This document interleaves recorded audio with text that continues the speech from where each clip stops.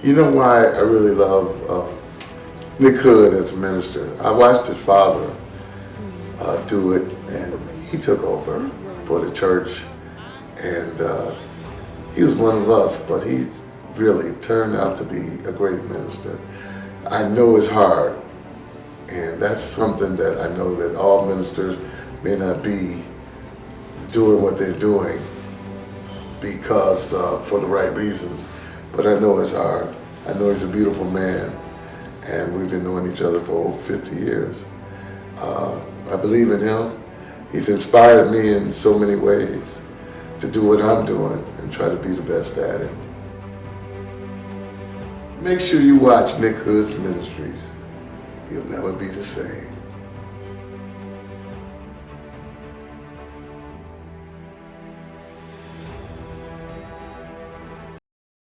And the point that I'm making is that in everybody's life, at some point, there's a plan B. God is talking to us every step of the way. God is trying to show you something every step of the way. When things seem to be going wrong, that's God's way of opening another door. I am convinced that God has been directing me every step of my life. On the Word Network. Today I want to talk about one of the most difficult lessons from the Lord. In Luke 12, Jesus says, "Lay not up for yourselves treasures on earth, where moth and rust doth corrupt, and thieves can break in and steal. But rather lay up for yourselves treasures in heaven, where neither moth nor rust nor thieves can break in and steal. But where your treasure is, there will your heart be also." But the first part of that verse, I've focused on what I just recited to you. But the first part is Jesus says to a rich young ruler, this is in Luke, the Luke version, chapter 12. He says, sell your possessions. I've never heard anybody preach on this. Sell your possessions and give alms to the poor. Think about what he's saying.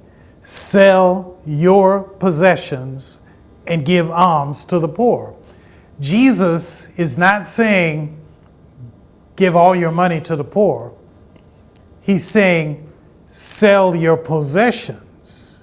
In other words, divest yourself of what you have and then give to the poor. In some of the translations, it says, sell your possessions, give alms to the poor, and create a money purse. Purses made of iron. In other words, to protect your possessions. And I've been thinking about this and wondering, I said, it's interesting. Jesus is not saying just become poor.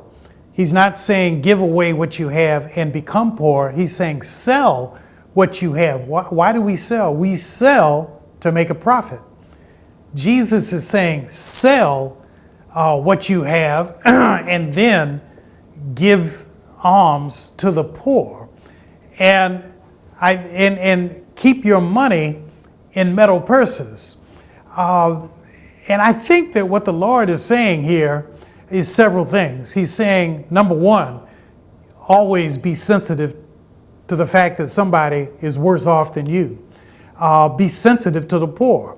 It's very easy to turn a blind eye to the beggar on the street. It's easy to not make eye contact with the beggar who's at the street corner waiting at the light for you to park your car in park while it's a red light. It's easy to turn your nose at a person who smells because they haven't had a bath in days. It's easy to look at people as though there's something other than a human being.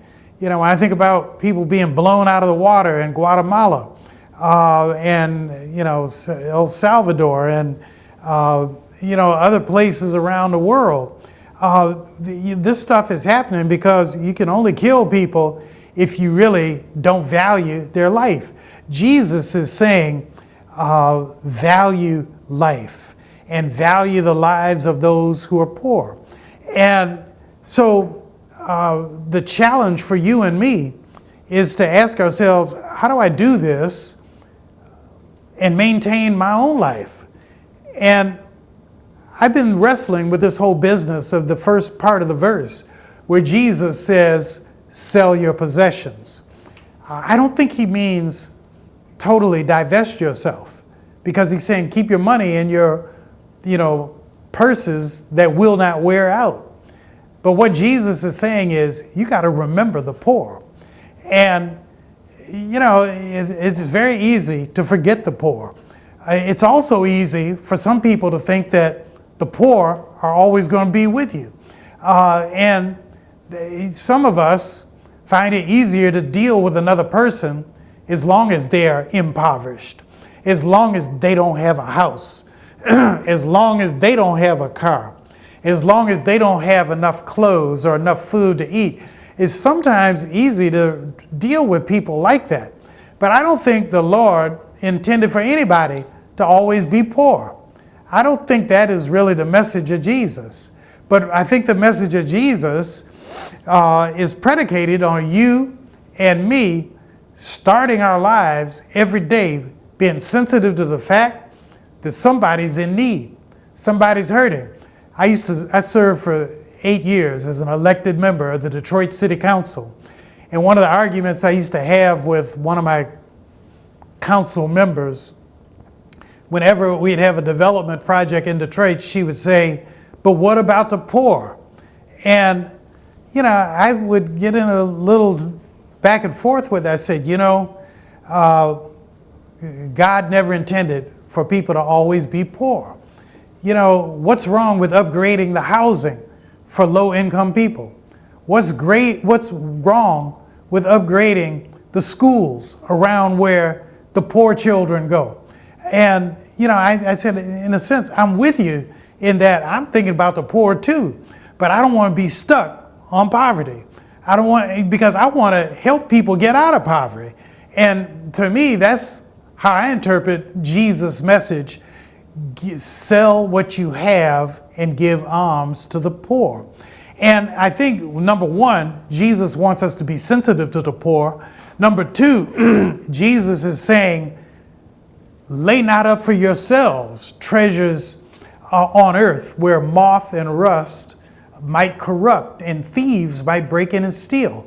What Jesus is saying is you and I sometimes are stuck on what we have. We're stuck on what we don't have. And because we're stuck on what we don't have, we just want to make more money. And some of us, many of us, will work so hard at trying to make more money that we find that we literally do not see the poor. We really can't understand a person who's suffering. We really don't feel compelled to want to help somebody who's suffering because we are doing what Jesus is saying we should not do, which is, he says, do not lay up for yourselves treasures on earth. Now, I don't think that means live a bad life. I don't think the Lord wants you to have to sleep on the floor. I don't think the Lord wants you to go hungry. I don't think the Lord wants you to be sad. When Jesus says in a direct quote in John chapter 1, verse 10, he says, I come that you might have life and that you might have life more abundantly. What the Lord is saying is, I came that you might eat better. I came that you might sleep better. I came that you might love better. I came that you might live better. And, you ought to be working on living better every day of your life. And part of the way we live better, my friends, is we have to learn how to love one another. And you can't love one another unless you see one another. And you can't see one another until you value one another. And when you get to the point where you value life, you value a human being, you value a child, you value the elderly, you value the poor, you value the sick, the lame, the infirm, the mentally disengaged. It's not until you get to that point of life when you really hit your stride. You're not really living until you begin to understand the suffering that somebody else is going through. And that's what Jesus is saying when he says, lay not up for yourselves treasures on earth. He says, sell your possession and give alms to the poor. When I think about, I can't think of her name, Mackenzie something. She's the ex-wife of Bill Gates. She is, or is it Jeff Bezos? She's given away millions of dollars to historically black colleges. She's given away millions of dollars in philanthropy to institutions that really need help. And in a time in America right now where it seems like these philanthropic institutions are under attack. They're under attack by the government, and they're being questioned. You have people like her who are they're giving away their possessions, and the way the tax code is set up, you're actually benefited by giving to charity. The tax code is set up to benefit you in that way. And frankly, if you're a billionaire and you give away $1 million, if you're a billionaire and you give away several $1 million, you're still going to have money. And we have to ask ourselves at some point, how much money do I really need? What does it really take for me to live in? How many houses do I really need? How many cars does it take for me to drive? How many clothes do I really need in life? And for those of us who are mere mortals, who are not in the millionaire club, Jesus is talking to us too. I know somebody listening to this may say, yeah, Reverend Hood, that's all well and good, but I don't have millions to give away. I can barely pay my rent. I can barely pay my mortgage. I want to take care of my children and my children's children. What do you have to say to this? And what I say is that the Lord will bless you as you reach out and help those who cannot help themselves. The Lord will financially bless you. The Lord will physically bless you. I can tell you, I have never, ever had a starving day in my life. And I'm not a rich man. I can tell you that I give away money all the time. And I give away money, and the more I give, the more the Lord keeps blessing me. And I don't give people loans. When people ask me for money, now I do have a threshold. My threshold is $100, and because I'm a poor man. But and when I get to $100, I say, I'm going to give this to you. I'm not loaning it to you, because if I give it to you, you're going to be embarrassed because you can't pay me back, and then I'm going to lose a friend. Or if you're a church member, you're not going to want to come to church because you're going to have to look at me. And I don't want you to feel that way. I said, this is a gift. Some people go to the casino and they have a threshold. They say, I will only gamble X amount of money. And then if I've lost X amount of money, then I stop. And if I make money, I keep my money and I stop at a certain level. I am not a gambler. I'm not a casino guy. But I tell you, I do give money away. And I know somebody's probably going to call the toll-free number now and say, Reverend Hood, I heard you say you give people money. Will you give me some? I am not a rich guy. But the point that I'm making is that I give as the Lord has given to me. And as the Bible says, good measure, pressed down, shaken together, running over, will be put into your lap. For the measure you give will be the measure you get back. And I tell you, I've never seen a hungry day, and my children have not gone through the streets begging for bread because I'm giving as the Lord has given to me. I'm going to be back in a minute, and I want to talk to you a little bit more about this whole business of the difficult teaching of Jesus. Sell your possessions and give alms to the poor. Think about it, and I'll be right back. America used to be considered a godly country. It doesn't seem to be that way to me now.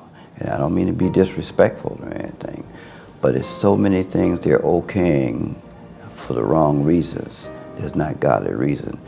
People need to really open up the Bible, the Bible, and look in it and really get it into their heart. And this, the way the Reverend Hood is doing this is a comfortable way. It's not forcing anything on people. It's a comfortable way and a loving way for it to continue to move in that direction.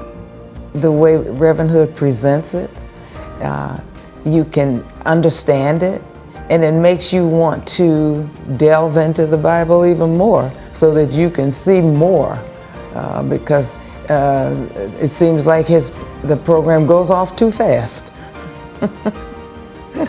We need the bread of life. We really do.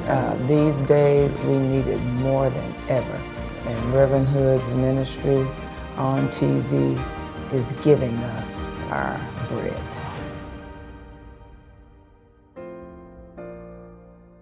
At some point, there's a plan B. God is talking to us every step of the way. God is trying to show you something every step of the way. When things seem to be going wrong, that's God's way of opening another door. I am convinced that God has been directing me every step of my life. On the Word Network. Jesus tells us in Luke chapter 12, sell your possessions and give alms to the poor. And I think that's a difficult teaching because it's so counterintuitive. In life, we're taught to make as much money as you can and keep that money for yourself. Matter of fact, don't just keep the money, but grow the money. Invest your money. But Jesus says, make money on selling what you have and then give that to the poor. And then to make sure that you and I understand it, he says, lay not up for yourselves treasures on earth where moth and rust doth corrupt and thieves break in and steal, but rather lay up for yourselves treasures in heaven where neither moth nor rust can corrupt or thieves can break in and steal. For where your treasure is, there will your heart be also. And I want to challenge you to think about, where is your treasure? What do you really value in life? That's really what the Lord is saying. And the Lord is saying, in addition to taking care of yourself, you got to remember the poor. You got to remember that somebody's suffering. Remember that in your own family, somebody needs help. And the help is that the family needs is not always money. Sometimes the best way you can help a family is with time. We see it dramatically in a family when one or more of the family members becomes infirm, when somebody's sick, or maybe nobody's sick, but somebody in the family has a baby. Maybe you have a grandchild, and the child can be healthy, but the parents still need to work. And one of the wonderful things about family life is that in a good family, when things are working right, we find that we literally share our time. We begin to babysit for free for our own children, to babysit our children's children. And then don't let a person get sick.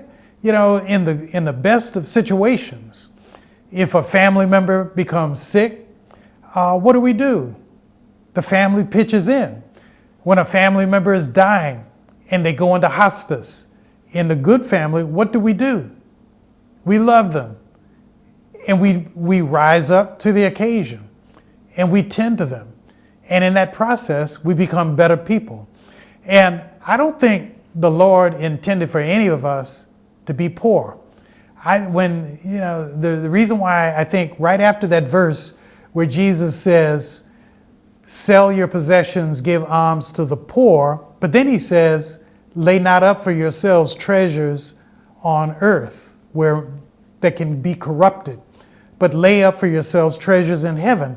I don't think he means just wait to the by and by till you die to be blessed, because this same Jesus tells us, I come that you might have life and that you might have life more abundantly. I think that what he's saying is the pathway to abundant life is you got to take care of yourself, but you got to remember the poor people too.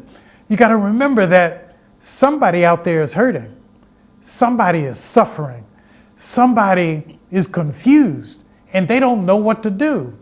And if you and I are so stuck on ourselves, so focused on our own stock portfolio, so stuck on our bank balance that we don't have time for the beggar in the street, we don't have time for the brokenhearted, we don't have time for the depressed, the discouraged, the disadvantaged, then we really are not living.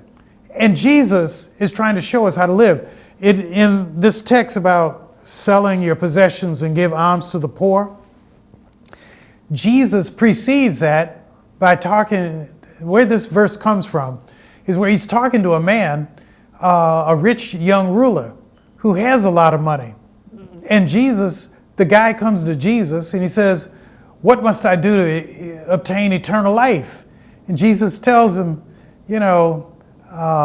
sell what you have and give alms or give charity to the poor. And the man becomes discouraged and he walks away because he doesn't want to part with his money. And I want you to think of times in your life when you have messed up because you were more focused on your money than you were on people. When you're more focused on your bank account than somebody else's need. And there's always going to be somebody who needs something.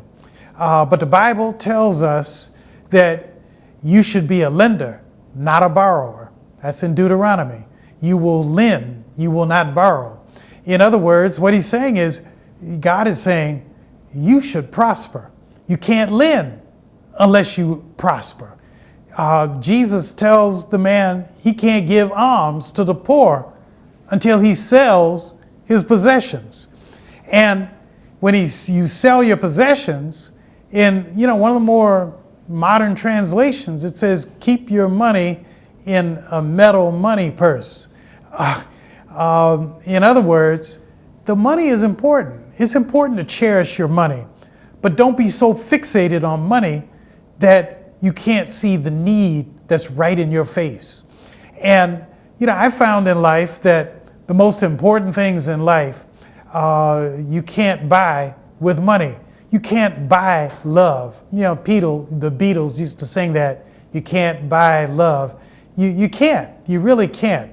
And if a man, if a woman have found love, you have it all. You could be poor, but if you have love, you are living large. And I can't tell you the number of people I know who have a lot of possessions, they have a lot of material things, but they have not learned how to live. One of the prayers that I offer in church on Sundays is I pray for those who don't have enough money. I pray for those who can't pay their bills. I pray for those who can't pay their mortgage, who can't pay their rent. But I also pray for those who have more than enough money, but they don't know what to do with it. They're sitting on their money. I know some people who've told me literally that, over a lifetime of work, they've accumulated, they've saved, they've invested more money than they can ever spend in their lifetime. And if that's your situation, that's a blessing. But you really ought to be asking yourself, what do I do now? What do I do now to inherit this and to obtain this eternal life? And the way you obtain eternal life, my friends, is you got to figure out and free yourself, liberate yourself so that you can help somebody else. Liberate yourself and help the poor. Liberate yourself and give a little bit of what you have to somebody's hurting. And when you give it as a gift. Don't give it as a loan. Give it as a blessing. Don't give it as a burden. Give it in love, and give it in the hope and encouragement that you can encourage somebody else to do better. I sit down sometimes with members of my church and others who ask me, and I help them with financial planning. And I always laugh about that because I say, what, do I look like a rich guy? You know, you may look at me today because I have on red and say, he must be rich. But no, I'm not rich. I'm just trying to be in the Christmas spirit. You know, Santa Claus, ho, ho, ho. But I talk with people about how to increase their wealth. That's a big part of my ministry. And part of what I share with people is, you have to figure out how to build a revenue stream. But number two, you got to figure out how to rein in your expenses. And that's part of what Jesus is saying when he says, you know, sell your possessions. Make money on what you have. Sell your possessions. Don't just divest yourself of your possessions. Make money on what you have, and then give what you have to the poor. And in the process of giving, we begin to receive. In the process of giving, God opens up other channels for us. And, you know, I'm concluding this program today. I want you to think about that, where to give. And I want you to think about giving to help me in this ministry. I need your help. Simple as that. And, you know, if you can't give, that's okay. Some people, you know, write me letters, and I'm blessing them too. I send them my book, even though they haven't written a check. And I'm glad to do that because I feel better. And I feel that the Lord is blessing me right now in what I'm saying for you. And so I'm just praying for you. And as I blessed you today, I want you to think about somebody you can bless. Bless your mother, your father. Bless your sister, your brother. Bless the beggar in the street. Bless somebody who comes to you in need. You don't have to make yourself totally poor, but help them in some way. And in the process of doing that, what you will find is that the Lord will bless you. God bless you. Thanks so much. Look forward to seeing you next week. And I'm praying for you. We hope you've been blessed in a powerful way. Just knowing you took the time to watch today's broadcast is a great encouragement to Pastor Nick Hood. If this broadcast has been a blessing to you, we ask that you mail a tax-free donation to Nicholas Hood Ministries at 4535 Chrysler Drive, Detroit, Michigan, 48201. At some point, there's a plan B. God is talking to us every step of the way.